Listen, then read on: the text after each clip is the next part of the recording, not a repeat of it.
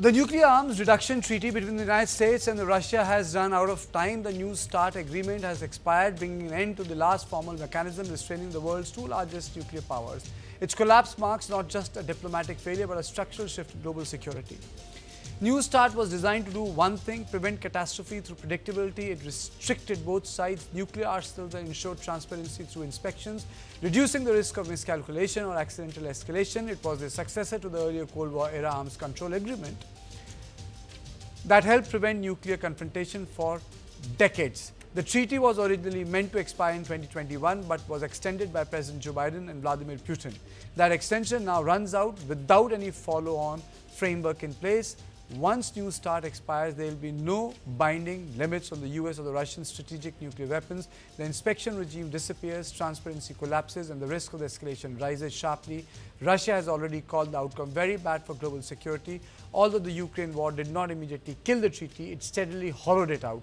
Russia suspended participation, citing US military support to Kyiv, even as continued to adhere to the numerical limits. Without the treaty, even that voluntary restraint disappears. The nuclear balance has also changed. China is no longer a marginal player. It is expanding its nuclear forces faster than any other power. Washington insists future arms control must include Beijing. But Beijing has flatly rejected that idea. Adding to the instability are the new weapon system never envisioned when the START was signed: hypersonic missiles, nuclear-powered drones, and space-based missile defense proposal. Russia has warned that any expansion of missile defense system will be met with military countermeasures. Europe is watching closely. Concerns are growing that the America's nuclear umbrella may no longer be unconditional, prompting discussions about alternative European deterrence option, but who decides, who commands, and who bears the responsibility remains unresolved. Former leaders from both countries are sounding alarm. They warn that allowing the treaty to expire without replacements risk a return to Cold War style nuclear brinkmanship. This time with more actors, more weapons, fewer rules. As the New START treaty ends, the world may be entering its most dangerous nuclear movement in decades. I'm joined by Dr. Bharat Karnad, Emeritus Professor, someone who has written extensively on India's nuclear posture, nuclear weapons. Thank you so much, sir. Can you just decode it for our viewers? What does it mean for the world at large for this New START to collapse? Well, basically, I think it means that it's free for all. It's a nuclear free for all, because there are no treaty guidelines and directives to conform to. Each country, therefore, is free. Each nuclear country, weapon owning country, is free to build up their arsenals as they wish, without control and without hindrance or any kind of treaty constraints. So this is, as I said, a more difficult world for everybody, including the 5 nuclear weapons powers recognized by the Non-Proliferation Treaty. But Dr. Karnad, is it correct to say, as reported by the Western press, that American reluctance draws from the fact that they want China to be part of some sort of an engagement? Is that correct? Because that's the Western narrative. No, that has been the Trump's condition for getting into any kind of new arms control talks, that China be part of it. But China has plainly said, as you have noted, that it'll have no involvement in any such negotiations, simply because it says it's not fair. This is the official word they've used. It's not fair or equitable to China because its arsenal is so much smaller than Russia's and America's. Even compared to the constraints imposed on the two countries by the New START treaty that has just ended today, or will end per American time and European time. Well, I suppose it has ended now. So, as I said, this is a sort of situation where, there is no, shall we say, nothing hindering and hampering any country in the world, at least the 5 nuclear powers, to do as they wish. So, Dr. Karnad, what does it mean for the world? Then I'll come to the question, what does it mean for the India's nuclear posture, which got defined when Vajpayee was the Prime Minister? Then I'm going to bring this conversation home, sir. Yes. Well, for the world, it is, as I said, it's a free for all. So we are going to be in a situation where there's great uncertainty and unpredictability. The one thing that arms control treaty agreements did was in some way define the situation for everybody. But now that that's ended, you have a situation where, again, we are between and betwixt. Hopefully, there will be a continuing arms control kind of regime that will come in, but it won't do so without China getting into the negotiations as Washington now insists. And China won't get in because it says it really is not on par numerically in terms of the weapons and so on with either the Russians or the Americans. So you are in a tangle, really, each expecting the other to give in. In any case, China says it will be no part of it, in which case America will be no part of, will have no involvement in any negotiations with Russia. So that's where matters stand. And as I think President Putin has just warned, that the build up by the Americans of what they call the Golden Dome over America, which is an anti ballistic missile defense kind of system. He says that will only, in a sense, motivate us to build more counter weapons, which basically offensive weapons, which basically means again, increasing the arsenal size. So that's where we are at, where everybody will be trying to augment their advantage. Okay, and so what does it mean for India? Do you think that we now should we change our nuclear posture, doctrine? Well, that's what I've been pleading for the last 30 years, that we made a big mistake by agreeing to the condition in the nuclear cooperation deal, the 2008 civil nuclear cooperation deal, wherein it was conditioned on our not resuming testing.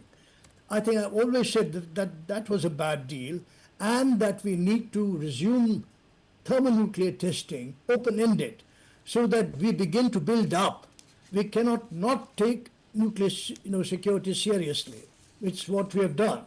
We have not taken ourselves seriously, and we are now, in a sense, banded with Pakistan. It's a small country of no consequence on our flank, while we have to deal with China. So we get in this daisy chain where China is worried about Russia and America, we are worried about China, Pakistan is worried about us. So you have an unending situation. Really, it's a series of uncertainties that are built into this situation, and we don't know how it's going to work. One can break it. India can do so by resuming testing. It's a good opportunity for it to do so, because the thermonuclear test that we conducted in 1998, the so-called S1 test, was a fizzle. It was a dud. So we are not equipped with what we say we have, which is a thermonuclear weapon of high yield. That we don't have, even if the government by indirection claims it does have that. It doesn't, because it has now been authoritatively said by the director of field testing in Pokhran in 1998 that that weapon test was a dud. We need therefore to resume testing again, and we need to take that advice by the late Dr. K. Santhanam seriously. And so, in context of the credible minimum deterrence and the no first use, do you think that they also need to be redefined? Well, actually, they need to be jettisoned by India. NFU was an completely unmaintainable sort of a factor to shape your own arsenal. A no first use means essentially that you are opening up yourself to first use by the adversary, Yes. which means that you should be in a situation to absorb the first strike. Two things. If you have a small deterrent in terms of size, which we do, about 170 weapons or so right now, according to the Bulletin of Atomic Scientists, then it's hardly a big enough size to absorb first strike. Secondly, this country, everybody knows, we can't take the first monsoon strikes, for God's sake. What are you talking about, a nuclear strike? Do people even understand what that means? I mean, very little works in the best of times in this country. Be honest, we have to begin to be very honest about these things.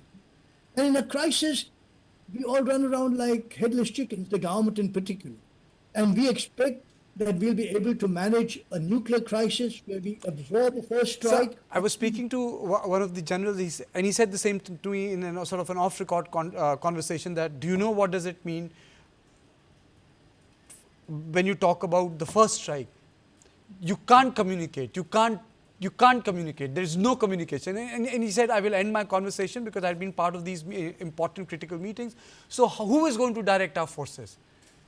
No, that's not true. What will happen is if you have penetrated communication systems, which we do, unfortunately, then they will go out because they'll be penetrated, or there can be a decapitation strike when the satellite communications go off simply because you can have what they call the electromagnetic pulse weapons that detonate up in the space. They'll knock off your communication satellites and so on. So you become therefore deaf and in a sense blind if you're depending on visual sensors. So therefore what is required for us to do is harden our hard communications landlines, which is the redundant communication setup we have. Okay. We have, but whether that will survive and whether that is not penetrated by the adversaries, we don't know. That remains to be seen. So that's an iffy sort of a situation you're getting into. And lots of other things have to go right for India to then manage, as for any other nuclear country under nuclear attack. So it's not very simple to say, yes, is a country capable or not? Well, there's so many uncertainties, as I said, that come in that you have not factored. And I don't think the government has prepared for any such contingency. Okay. Let's be honest about it. Okay. And the scale of it is so large that we cannot imagine. And the most we have done is floods or something like that in terms of, or an occasional earthquake in the Himalayas or something. That's what we have handled. We have not handled anything like this, as has no other country, by the way. So it's new to everybody. And so while the other countries have, like China, has underground tunnel systems for protection in terms of protect people and so on, that we don't have. So, we are very, very vulnerable and exposed. Okay.